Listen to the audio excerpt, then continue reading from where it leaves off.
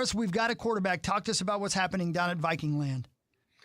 This is all part of an ongoing process here that the Vikings have been going through. The upshot of what I reported this morning is the Vikings have gotten trade calls about JJ McCarthy based on everything that's been out there publicly and in the media.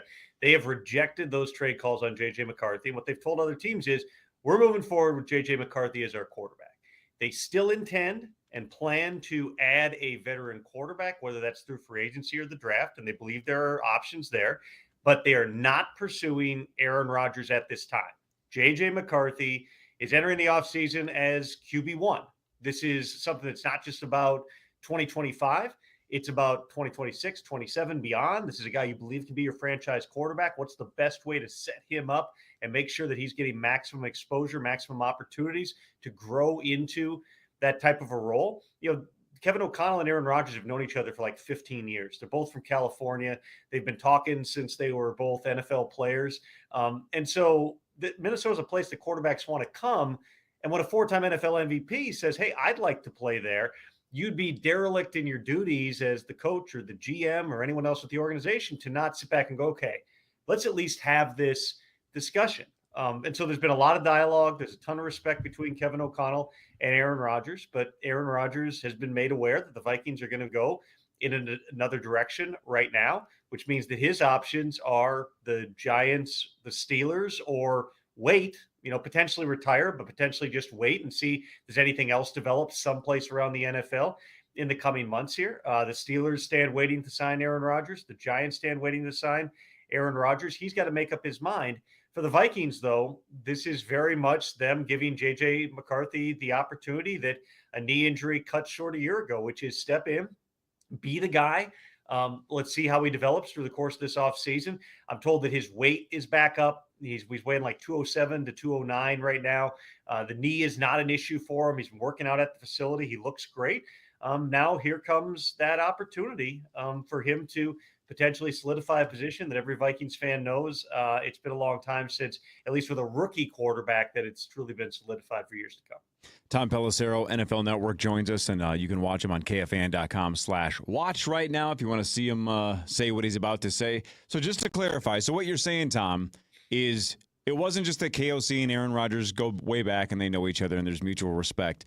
So the silence that we've heard from the Vikings the last couple of weeks as all these other backup quarterbacks have signed, and we're like, uh-oh, like we're running out of options here. And it looked like Aaron was holding out, waiting for the Vikings.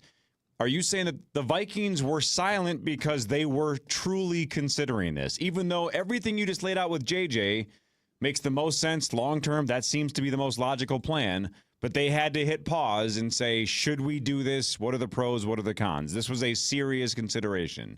Well, how often is a 41-year-old four-time NFL MVP sitting out there and saying, hey, I'd really like to come to Minnesota.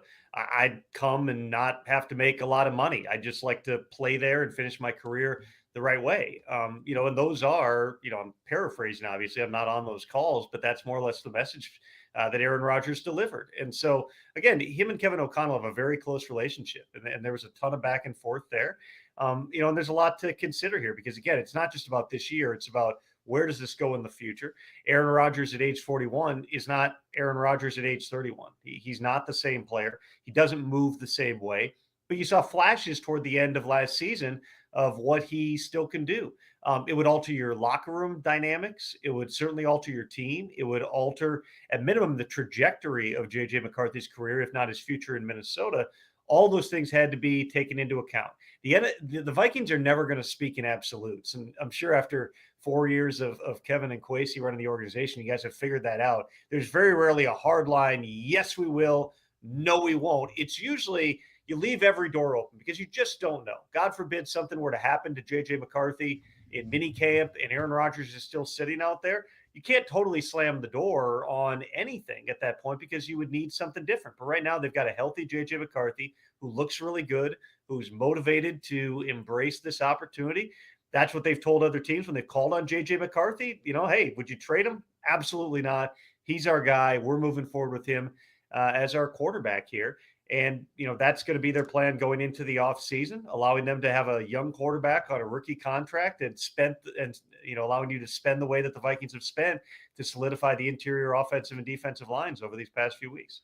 What does this do for Rodgers and now going to the Steelers? Like all of these rumors that have been out there, now you confirming basically that like he has flirted with the Vikings and now he's got to go hat in hand back to Pittsburgh or New York or wherever it is. What does that do for him?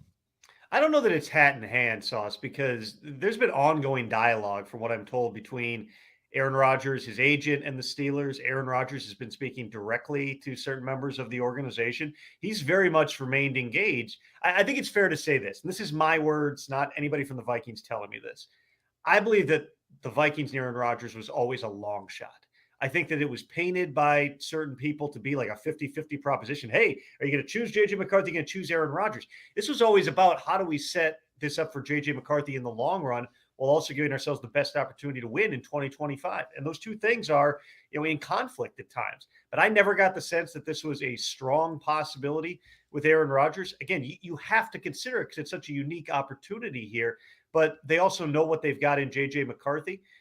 They believe they know what they've got in him. They've got full confidence that he's going to become that player. The reality is there's an unknown when you're talking about a first-round pick who didn't take a single snap the entire season because of a knee injury. I mean, there's just not a lot of precedent for that. And the Vikings pursued other things in terms of Sam Darnold. Ultimately, and again, I hate to be just going around here knocking down reports, but I'll knock down another one here. They never offered Sam Darnold a long-term contract. They offered him a one-year contract. It was certainly below anything that he was going to be getting from the Seattle Seahawks. No matter how you look at that 3-year contract that he signed there. Sam ultimately made, and I asked him about this on the Insiders when he came on the show, and he said, hey, ultimately it's a business. Yeah, it was hard leaving Minnesota, but it's a business. He took a lot more money to go to Seattle and an opportunity where he doesn't have last year's first-round pick breathing down his neck. The Vikings then turned their attention to Daniel Jones. That was the plan, was to bring Daniel Jones back. They were competitive in their offer. From my understanding, they offered more money to Daniel Jones. But once they realized that in a place where, again, quarterbacks want to come to Minnesota, every veteran out there would love to come to Minnesota.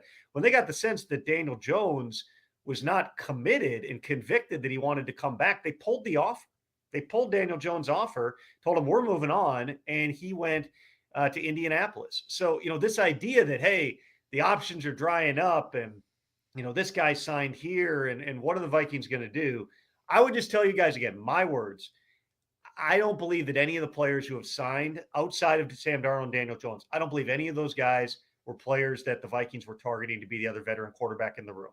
And I don't necessarily know that any of the current free agents, in terms of the other logical names or the obvious big names that are on the street, I don't know that any of them are what the Vikings plan is going to be here. There are other avenues that they can pursue. A trade for a veteran quarterback is another option. But again, the key here is this is and has always been about how do we structure this thing for J.J. McCarthy, both for this year and the long run, to have the maximum level of success under unusual circumstances. That's where their focus remains, and J.J. is QB1 as we head into the offseason. NFL insider Tom Pelissero kind enough to shoehorn us in. I know you got to get back to TV, so one more question before I let you go. Just on the whole, has any team had a better offseason in free agency than the Minnesota Vikings?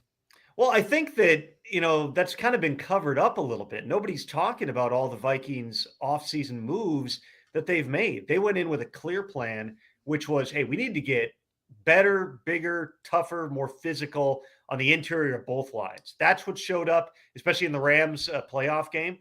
They couldn't protect and they couldn't get after the quarterback the same way that the Rams front was. And so what do? They go out and they sign Jonathan Allen and Javon Hargrave, two guys who, by the way, don't impact the comp pick formula because they were both released by their respective teams. They signed Ryan Kelly, who is getting toward the end of his career, but he can still really play, good locker room guy to play center. And then Will Fries, who, obviously they signed off on. He's been dealing with a leg injury, but they've signed off on that, and they gave him a bunch of money. They invested a ton in shoring that up. I know the Vikings are super fired up about what they were able to accomplish in free agency here. There are some bets that are made. There's no question about it when you're signing guys who are on the other side of age 30 and are coming off of injuries in the case of both Hargrave and Allen. But at the same time, that's sometimes where you get your value. It might sound trivial to a lot of people who are watching from the outside looking in, or kind of casual observers on this, but don't overlook the compensatory pick formula in a lot of this here. The Vikings not only are going to get, in all likelihood, a high compensatory pick for Sam Darnold, they should get a pretty good compensatory pick for Daniel Jones, which is like plucked out of the sky because he was on the 53-man roster for one game. The fact that they invested the money not in Milton Williams, but in two guys who had been cut, those guys don't count against the formula. So, there's still some things in terms of when and where does Cam Robinson sign? What is the Vikings backup quarterback option? All those things are going to impact the formula too. But a team that's, listen, they have traded some current and future draft picks for players. I like the Jordan Mason trade as well. Mason can play for the 49ers, for whatever reason, didn't want to pay him $5+ million this season. So the Vikings get an established guy now to take some of that workload off of Aaron Jones. But don't overlook the fact that a team that's given up some of those picks now has a chance to replenish them. And by virtue of, even though it didn't end up the way they wanted to with Daniel Jones, which, listen, if the Vikings had their choice a week ago after Sam Darnold was gone to Seattle, Daniel Jones would have been back and he would have been the second guy in the room with J.J. McCarthy. Well, there are worse outcomes than potentially picking up a significant compensatory pick in return. Thanks for the impromptu time, Tom. I appreciate it, man.